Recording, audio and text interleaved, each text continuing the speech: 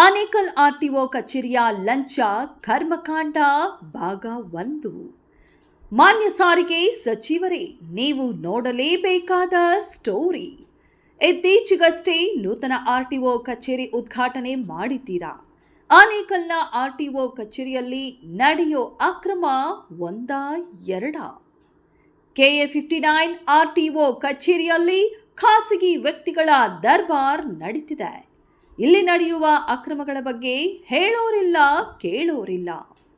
ನೇರವಾಗಿ ರೆಕಾರ್ಡ್ ರೂಮ್ಗೆ ಹೋಗಿ ದರ್ಬಾರ್ ಮಾಡ್ತಾನೆ ಖಾಸಗಿ ವ್ಯಕ್ತಿ. ಅಂದ್ರೆ ಈ ಕಚೇರಿಯ ಹಿರಿಯ ಅಧಿಕಾರಿ ಪ್ರಮುತೇಶ್ ಅವರ ಕಾರ್ಯವೈಖರಿ ಯಾವ ರೀತಿ ಇರುತ್ತೆ ಅಂತ ಮೇಲ್ನೋಟಕ್ಕೆ ಕಾಣುತ್ತೆ. ಪ್ರಮುತೇಶ್ ಈತನನ್ನ ಕೇವಲ ಸಹಾಯಕ್ಕೆ ಇಟ್ಟಿದ್ದಾರಾ, ಇಲ್ಲ ಲಂಚದ ಹಣ ಕಲೆಕ್ಷನ್ ಮಾಡುವ ಏಜೆಂಟಾ?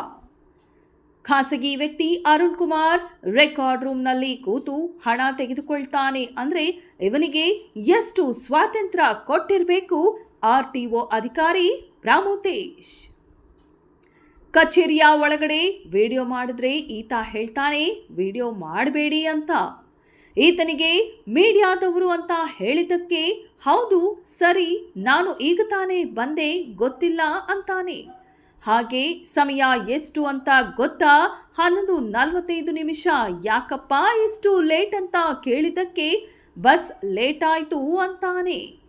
ಇದೆಲ್ಲ ಗೊತ್ತಿದ್ರೂ ಸಹ ಸುಮ್ಮನಿದ್ದಾರ ಆರ್ಟಿಒ ಅಧಿಕಾರಿ ಪ್ರಮುತೇಶ್ ಅನ್ನೋದೇ ಯಜ್ಞ ಪ್ರಶ್ನೆ. ರೆಕಾರ್ಡ್ ರೂಮ್ನಿಂದ ಈಗಾಗಲೇ ಸಾಕಷ್ಟು ಫೈಲ್ಗಳು ಕಾಣೆಯಾಗಿವೆ ಎಂದು ಸಾರ್ವಜನಿಕರ ದೂರಾಗಿದೆ. ಖಾಸಗಿ ವ್ಯಕ್ತಿ ರೆಕಾರ್ಡ್ ರೂಮ್ನಲ್ಲಿ ಏನ್ ಮಾಡ್ತಿದ್ದಾನೆ ಅಂದ್ರೆ ಆರ್ಟಿಒ ಅಧಿಕಾರಿಯ ಉಡಾಫೆ ಉತ್ತರ ಏನ್ ಗೊತ್ತಾ? ಅಯ್ಯೋ ಖಾಲಿ ಮಾಡಿಸೋಣ ಬಿಡಿ, 15 ದಿನ ಸಮಯ ಕೊಡಿ ಅಂತಾರೆ ಆರ್ಟಿಒ ಅಧಿಕಾರಿ ಪ್ರಮುತೇಶ್.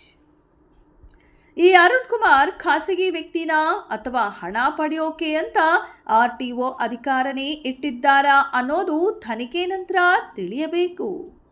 ಈ ಆರ್ಟಿಒ ಅಧಿಕಾರಿ ಪ್ರಮುತೇಶ್ ಹಾಗೂ ಸಿಬ್ಬಂದಿ ಮೇಲೆ ಇವೆ ಸಾಲು ಸಾಲು ಆರೋಪಗಳು.